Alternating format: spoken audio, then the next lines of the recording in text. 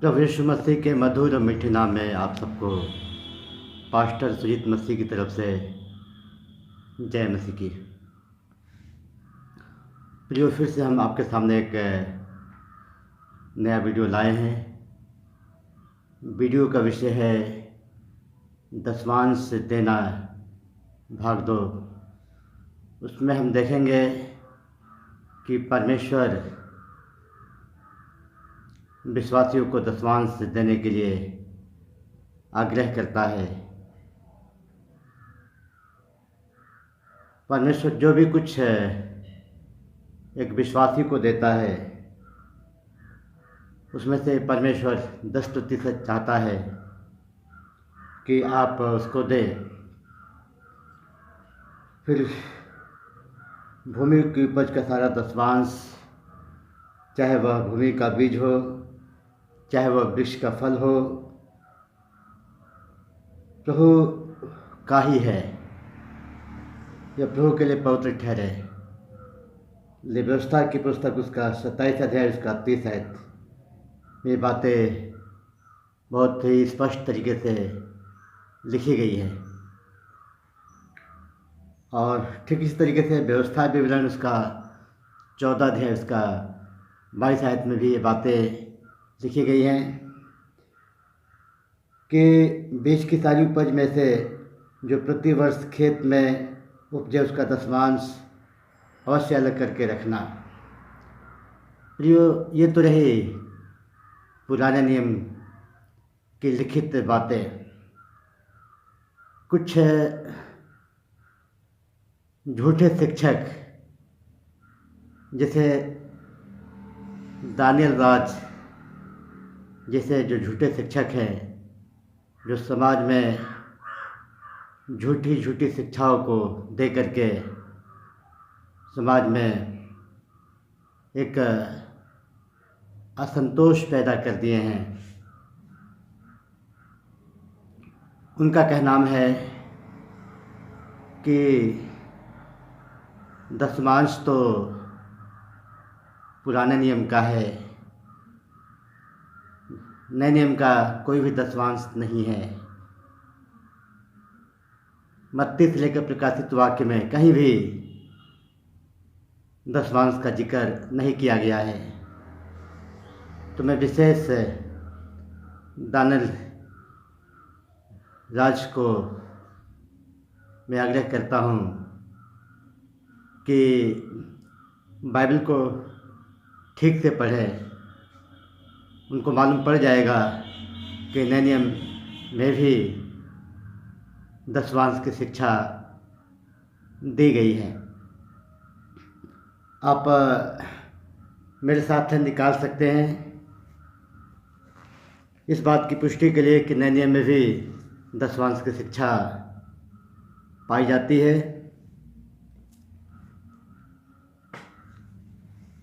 लूका रचित सुसमाचार उसका 11 अध्याय उसका 42 आयत में प्रभु यीशु मसीह शास्त्री और फरीसियों की वो भर्त्सना करते हैं और साथ ही साथ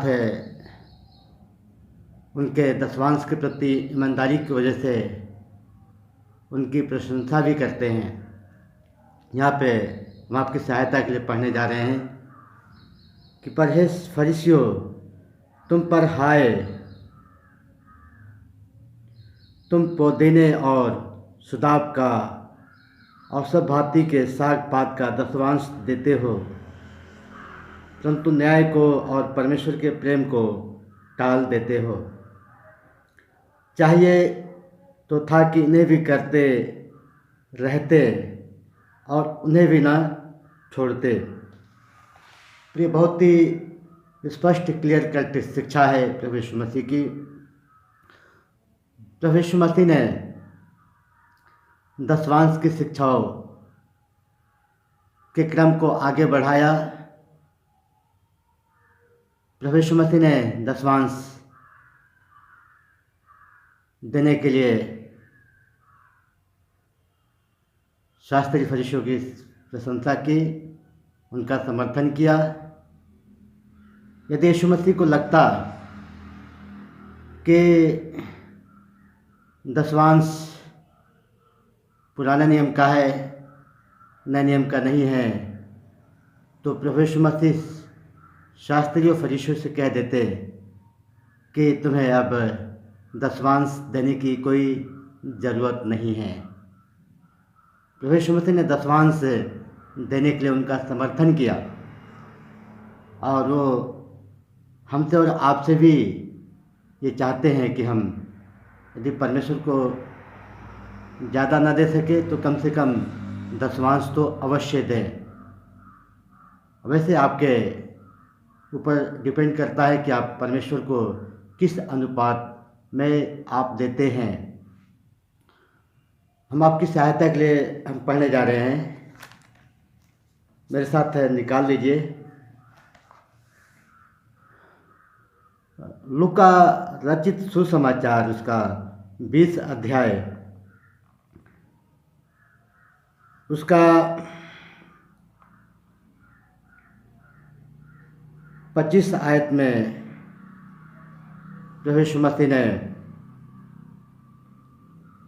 शास्त्रियों और प्रधान याजकों को, जो यीशु मसीह को पकड़वाने की फिराक में थे, बड़े ही स्पष्ट शब्दों में ये कहा है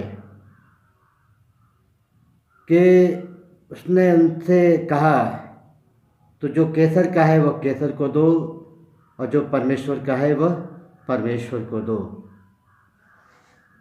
जो हमें जानना है कि केसर का क्या है। केसर का मतलब कि जितने भी सरकारी टैक्स है, इनकम टैक्स है, जीएसटी का टैक्स है, बिजली का टैक्स है, पानी का टैक्स है, टोल टैक्स है, जितने भी टैक्स है, हमें बड़े ही डर भय के साथ, ईमानदारी के साथ सरकार को देना है। और जो परमेश्वर का है, परमेश्वर का क्या है? परमेश्वर का दिया हुआ जो भी रुपया, पैसा, सोना, चांदी, हीरे जवाहरात, खेत, बाग बगीचे, जगह ज़मीन, और परमेश्वर का दिया हुआ समय,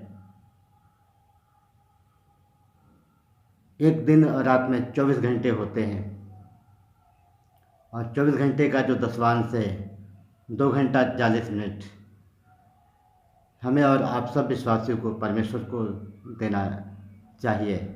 वो किस रूप में दे सकते हैं? आप 2 घंटा 40 मिनट आप प्रार्थना करिए, भजन गाइए, बाइबल पढ़िए, परमेश्वर के वचन का मनन चिंतन करिए। इस प्रकार से आप समय का भी दशवांश आप परमेश्वर को दे सकते हैं। और मैं तो यही कहूँगा कि परमेश्वर को इससे भी ज़्यादा आप दीजिए, क्योंकि आप परमेश्वर को जिस अनुपात में आप देते हैं, परमेश्वर उसका कई गुना करके आपको लौटाता है। तो प्रियो, हमने उनका एक वीडियो देखा, डैनियल राज जी का। उनका कहना यह है कि जो प्रभु के जो दास लोग हैं, जब आप उनको दान देते हैं, दशवांश देते हैं, तो आप उनसे लेखा लीजिए कि आप उसका करते क्या हैं। प्रियो, मैं डैनियल राज से ये बात कहना चाहता हूँ कि क्या परमेश्वर ने विश्वासियों को पास्टरों का न्याय ठहराया है? बाइबल तो साफ कहती है कि आप न्यायी मत बनो। न्याय करना परमेश्वर का कार्य है। यदि पास्टर, प्रभु का सेवक, प्रभु के दास, प्रभु के दासियाँ यदि आपके दान का, आपके दशवांश का गलत इस्तेमाल करते हैं तो उनका दंड उनको मिलेगा। आपका काम है परमेश्वर के वचन के अधीन होकर के प्रभु के दास दासियों को, जो प्रभु के सेवक हैं, प्रभु की सेविका हैं, जो सुसमाचार के लिए दुख उठाते हैं, परिश्रम करते हैं, उनको आप उनकी सहायता के लिए दशवांश देना, दान देना, सहयोग करना। उन्होंने ये कहा कि केवल सुसमाचार के लिए ही आप दान दीजिए, दशवांश दीजिए, जो ऐसा नहीं है। प्रभु के जो दास हैं उनके भी बीवी हैं, उनके भी बच्चे होते हैं, उनकी भी जो आवश्यकताएं हैं जो आपकी है होती है, रोटी, कपड़ा, मकान और अच्छा एजुकेशन। वो वीडियो में कह रहे थे कि आज प्रभु के बहुत से सेवक अपने बच्चों को विदेश में शिक्षा दिला रहे हैं आपके पैसों का। प्रियो, मैं दानियल राज से कहता हूँ कि क्या प्रभु के दासों के बच्चे विदेश में नहीं पढ़ सकते हैं? बाइबल तो यहाँ तक कहती है, दूसरा कुरिन्थियों उसका 8 अध्याय उसका 9 आयत में, कि तुम हमारे प्रभु यीशु मसीह के अनुग्रह को जानते हो कि जो धनवान होकर तुम्हारे लिए कंगाल बन गया, ताकि तुम के कंगाल बन जाने से धनवान बन जाओ। क्या प्रभु ये चाहता है कि प्रभु के सेवक फटे चिथड़े कपड़े पहने? क्या प्रभु चाहता है कि प्रभु के सेवक हमेशा तंगी में रहे, परेशानी में रहे? कभी नहीं चाहता परमेश्वर।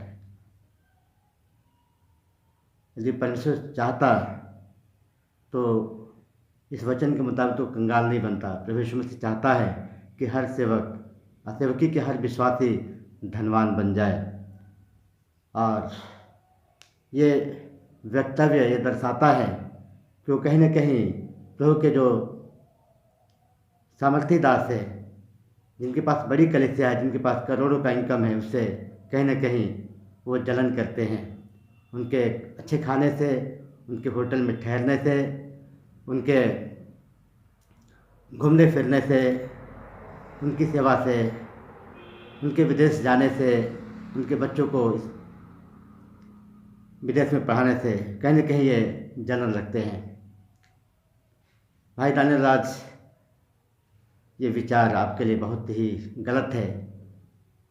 आपके अंदर जलन और ईर्ष्या की आत्मा काम कर रही है।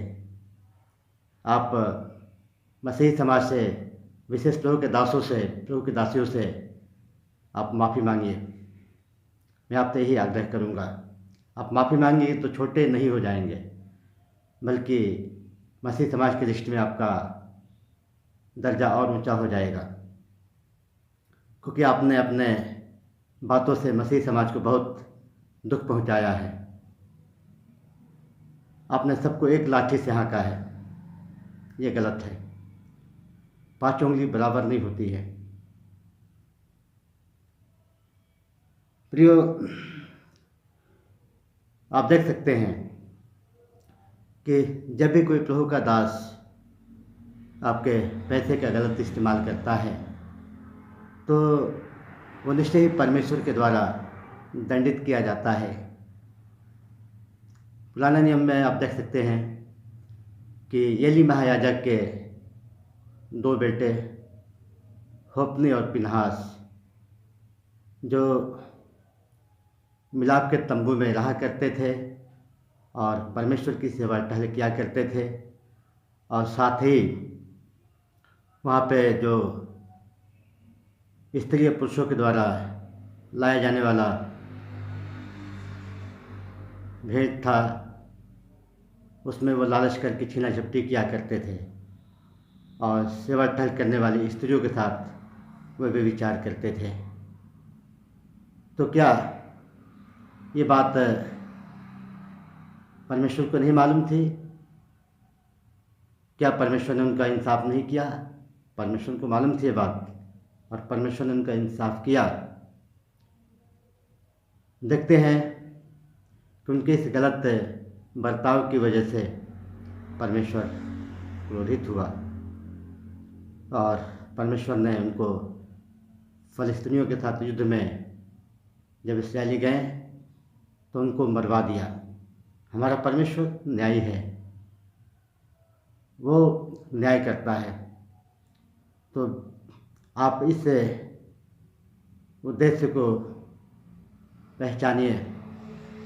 आपका काम है परमेश्वर के डर भय में परमेश्वर को देना। आप पास्टर को जरूर देते हैं, अपना दान देते हैं, अपना दशमांश देते हैं, अपना सहयोग देते हैं, अपना जगह ज़मीन भी देते हैं, हीरे जवाहरात भी देते हैं, जो भी कुछ है आप देते हैं। लेकिन आप एक्चुअली परमेश्वर को देते हैं। और बाइबल ये कहती है, प्रभु यीशु मसीह कहते हैं कि तुम अपने धार्मिकता के काम मनुष्यों को दिखाने के लिए ना करो, अन्यथा अपने स्वर्ग पिता से कुछ भी प्रतिफल प्राप्त न करोगे। जब तुम दान दो तो अपने आगे तुर ही न बजवाओ, जिसे पाखंडी सभा व गलियों में करते हैं कि लोग उनका सम्मान करें। मैं तुमसे सत्य सत्य कहता हूँ कि वे अपना प्रतिफल पूरा पूरा पा चुके। जब तुम दान दो तो तुम्हारा बायां हाथ न जाने पाए कि तुम्हारा दाहिना हाथ क्या कर रहा है। जिसे तुम्हारा दान गुप्त रहे, तुम्हारे पिता जो गुप्त में तुम्हें देखता है तुम्हें प्रतिफल देगा। मत्ती रचित सुसमाचार उसका 6 अध्याय 1 से लेकर 4 आयत में ये बातें दी गई हैं। प्रियो, यदि आप दान देते हैं, दशमांश देते हैं, तो उसका लेखा लेने के आप अधिकारी नहीं हैं। यदि प्रभु का दास उसका सही इस्तेमाल करेगा तो उसके आशीष प्रभु के दास को मिलेगी, और गलत इस्तेमाल करेगा तो उसका दंड भी प्रभु का दास ही पाएगा, आप नहीं पाएंगे। और आप दशमांश आप जरूर परमेश्वर को दीजिए, और परमेश्वर को आप हर्ष के साथ दीजिए, कुड़कुड़ा के मत दीजिए, क्योंकि परमेश्वर हर्ष के साथ देने वालों से प्रेम करता है। और पास्टर दनियल राज ये कहते हैं कि पास्टर लोग, प्रचारक लोग, मलाकी 3 अध्याय 8 से 12 आयत में बातें लिखी गई हैं कि तुम पर भारी श्राप पड़ा है, क्योंकि तुम मुझे लूटते हो और उन सारी जातियाँ ऐसा करती है। तुम अपने सारे दशमांश भंडार में ले आओ। ऐसा करके तुम मुझे परखो कि मैं तुम पर अपरंपार आशीष की वर्षा करता हूँ कि नहीं। प्रियो, प्रभु यीशु मसीह ने जब समर्थन किया तो हमें अपना दिमाग लगाने की कोई ज़रूरत नहीं है। प्रभु यीशु मसीह को मालूम है कि क्या आपके लिए उचित है और क्या अनुचित है। और ये सत्य है कि जो लोग दशमांश देते हैं उनके ऊपर परमेश्वर की आशीष आती है, और जो लोग दशमांश देने में कपट करते हैं, दशमांश से कम देते हैं, उनके ऊपर परमेश्वर का श्राप आता है। मेरा वर्षों का अनुभव है। मैं प्रभु के अनुग्रह से करीब 16 साल से प्रभु की सेवकाई में हूँ। मैंने देखा है कि जो विश्वासी दशमांश देने में कपट करते हैं या दशमांश नहीं देते हैं, वो हमेशा तंगी में रहते हैं, हमेशा परेशानी में रहते हैं, बीमारी उनके ऊपर आती रहती है। उनका जो पैसा, जो दशमांश का पैसा बचाते हैं, उसका कई गुना वो बीमारी में और फजूल खर्ची में निकल जाता है, और लास्ट में वो घट्टी में आ जाते हैं।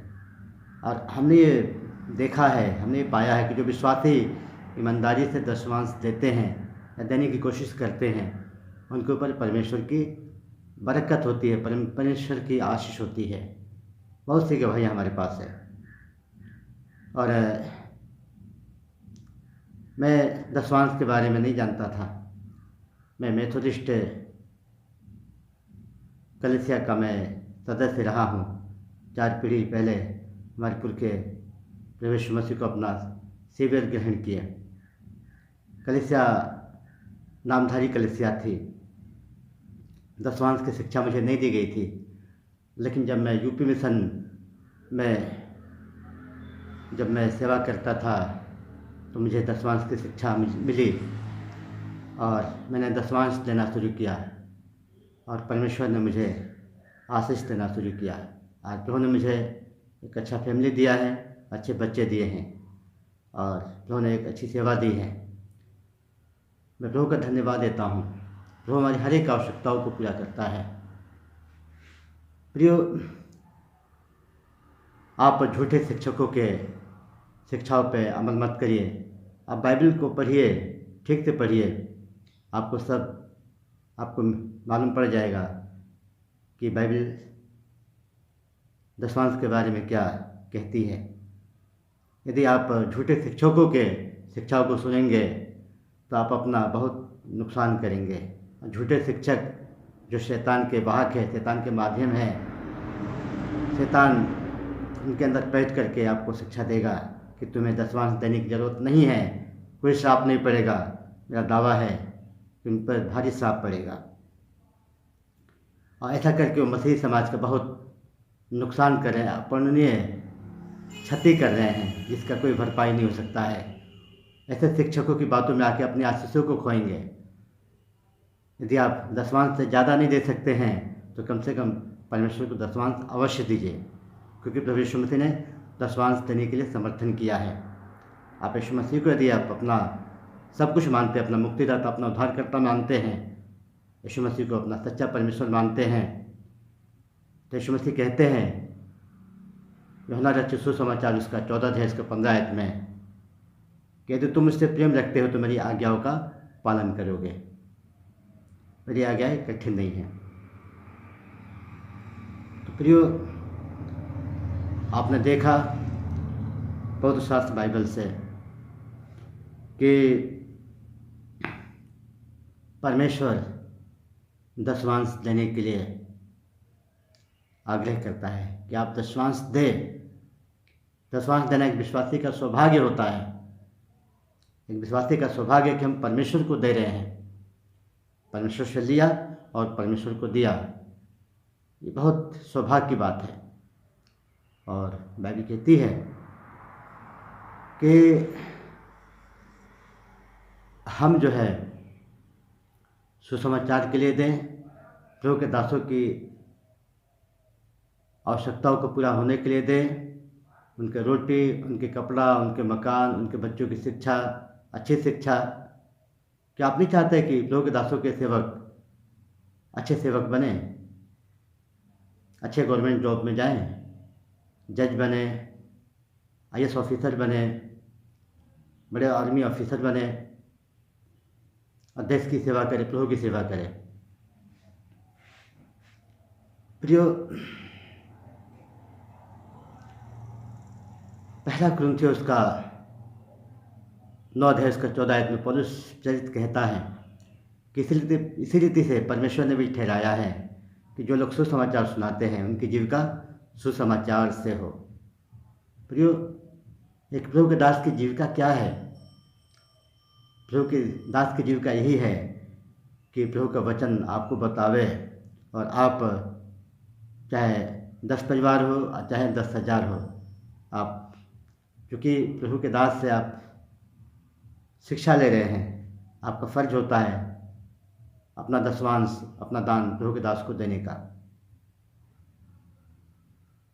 प्रभु का दास तो ये पूछने जाता नहीं है कि आप करोड़ों कमा रहे हैं कि अरबों कमा रहे हैं, उसका क्या कर रहे हैं। आपका भी फर्ज नहीं होता पूछने का कि आपका दान, आपका दसवांश प्रभु का दास कर क्या रहा है।